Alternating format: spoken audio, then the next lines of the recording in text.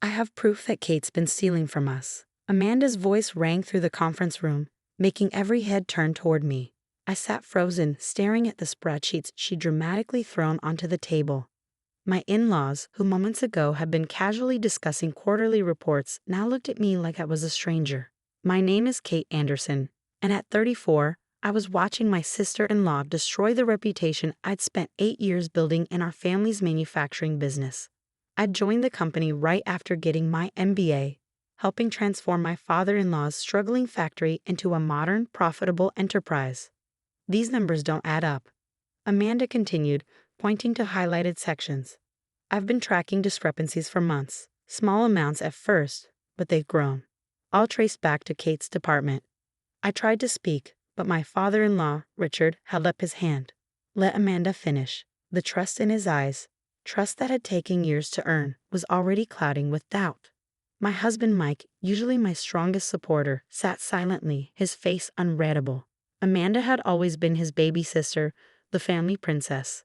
Even now, as she systematically destroyed my life, he seemed unable to process that his sister might be lying.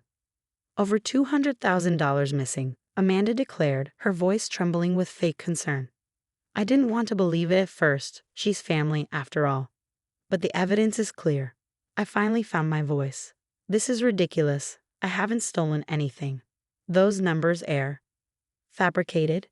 Amanda interrupted, sliding another document forward. I had an independent auditor verify everything. She turned to her father, eyes wide with practiced innocence. Dad, I know this is hard, but we can't ignore it. Richard's face had turned to stone. Kate, do you have an explanation for this? I reached for the papers, my hands steady despite the chaos erupting inside me. Give me time to review these. Something's not right here. Of course something's not right, Amanda snapped. You've been stealing from us. That's when I saw it, a tiny smirk playing at the corner of her mouth when nobody else was looking. This wasn't about missing money. This was about Amanda finally making her move. She'd never forgiven me for coming into the business and succeeding where she failed. While I'd worked my way up, learning every aspect of operations, she bounced between departments, expecting promotions based on her last name rather than merit. I want access to all the company's financial records, I said firmly. If there's really money missing, we need to do a complete audit. Absolutely not, Amanda protested. We can't let her near any more financial documents. She'll just cover her tracks. Richard nodded slowly. I think it's best if you take a leave of absence, Kate, until we sort this out. Dad, Mike finally spoke up. We can't just. It's temporary, Richard cut him off. But we need to protect the company. I stood up, my chair scraping against the floor. Fine, but know this, I haven't taken anything. And when I prove it, don't expect me to forgive and forget. Amanda's eyes gleamed with triumph as security escorted me out. I caught her whispered words as I passed. Good luck proving your innocence. Family always believes family first. What she didn't know was that I'd been preparing for something like this. Not because I was guilty, but because I'd seen the signs. The way she'd been cozying up to our accounting team, her sudden interest in financial reports, the late nights she'd started spending at the office. I'd learned long ago that being part of this family meant always having a backup plan. As I drove home that day, I made 3 calls, one to my private investigator, who'd been documenting Amanda's activities for months, one to my lawyer, who had copies of every transaction I'd ever handled, and one to a former employee who'd quit after catching Amanda in a compromising position with company funds.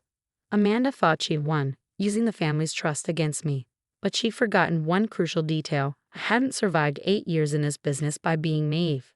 I kept receipts, documented everything, and most importantly, I'd never trusted her saccharine smiles. The next 3 months would test every relationship, every alliance, and every ounce of patience I possessed. But by the time I was done, Amanda would learn that sometimes the quiet ones are the most dangerous. Let them believe her lies for now. The truth had a way of surfacing, and when it did, I'd make sure everyone remembered who the real thief was. The next few weeks were a blur of whispered conversations and avoided eye contact.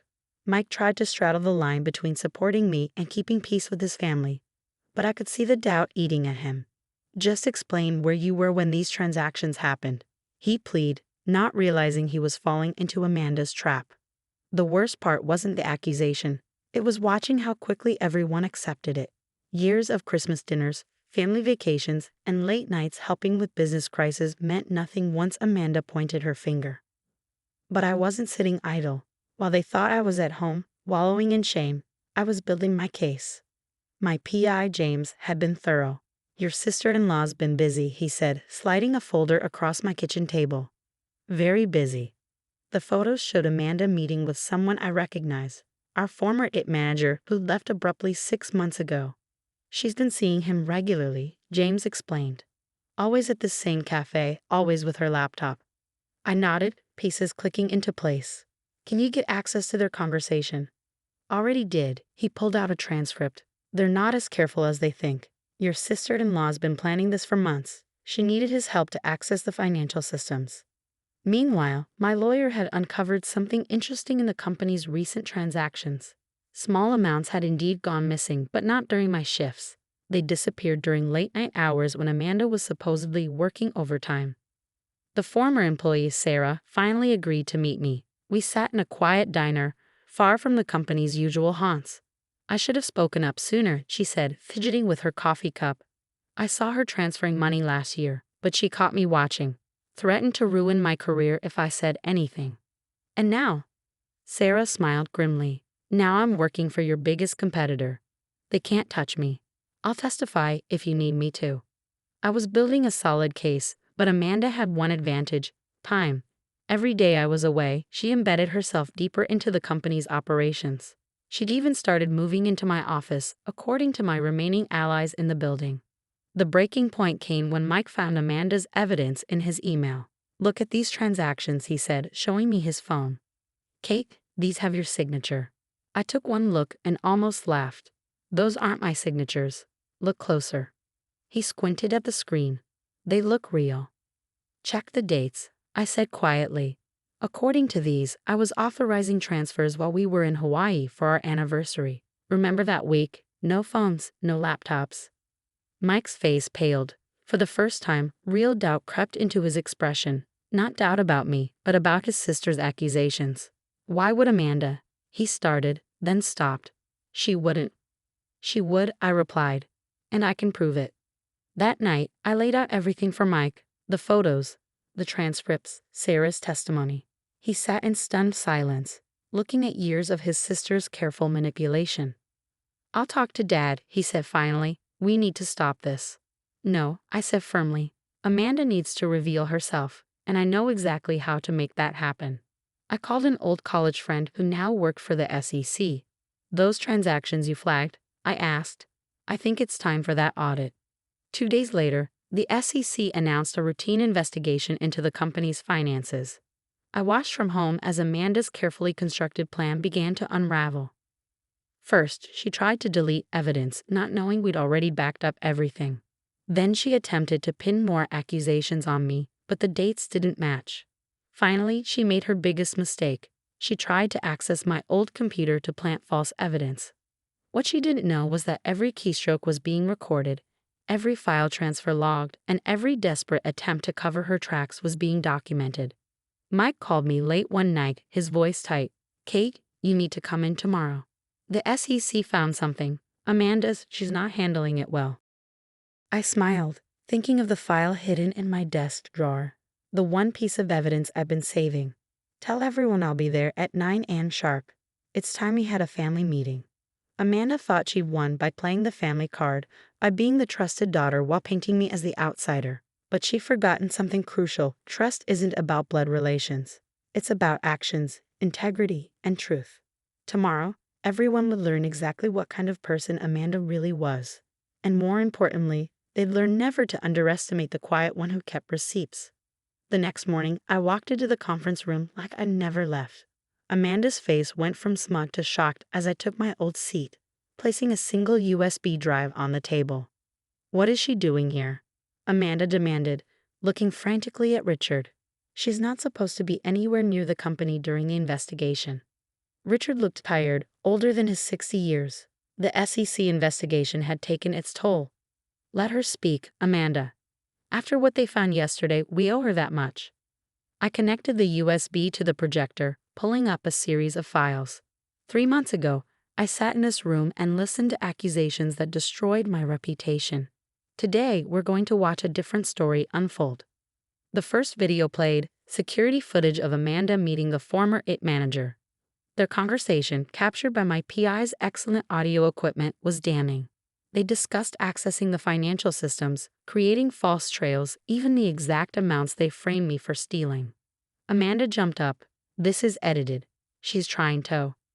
"Sit down," Mike said quietly, his voice carrying more authority than I'd ever heard.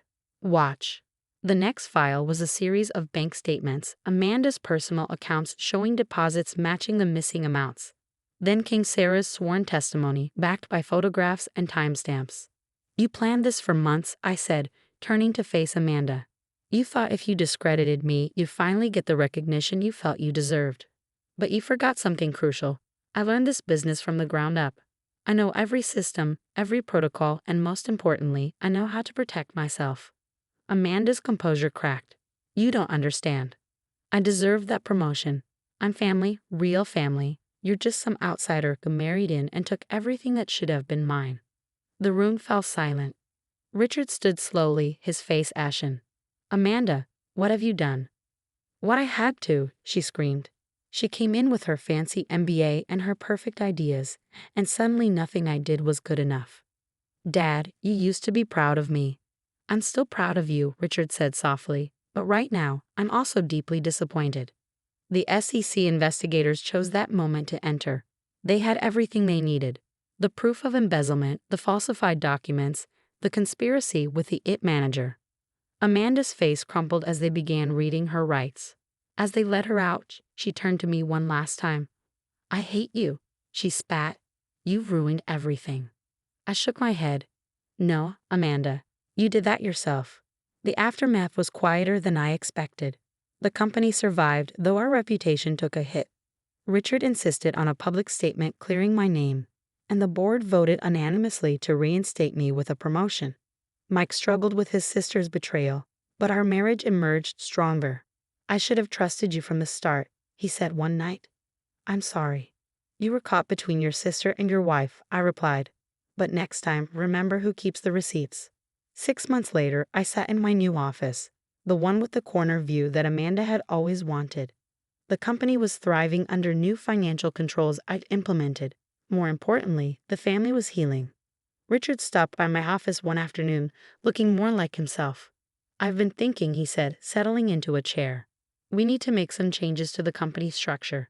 Set up better checks and balances." I nodded, pulling out a proposal I'd been working on. "Already ahead of you." He smiled, really smiled, for the first time in months. "Of course you are. That's why you belong here. Not because you married in, but because you earned it." Amanda took a plea deal, reduced charges in exchange for full cooperation. She'd served some time, but not as much as she could have. The family decided to support her recovery, but with clear boundaries this time. As for me, I kept every document, every recording, every piece of evidence from that time. Not because I was bitter, but because the experience taught me something valuable. Sometimes the best revenge isn't about getting even. It's about standing your ground and letting the truth speak for itself. The last time I saw Amanda, she was being led away in handcuffs. But it wasn't triumph I felt. It was sadness for a woman who let jealousy poison everything she touched. I had what she'd always wanted, not because I'd schemed for it, but because I'd earned it through hard work and integrity. These days, when new employees join the company, they often hear 2 pieces of advice: document everything, and never underestimate the quiet ones. After all, we're usually the ones paying attention. The family business continues to grow, stronger now for having weathered the storm. And me? I keep my USB drive locked in my desk drawer. A reminder that sometimes the best defense isn't just being right, but being prepared to prove it.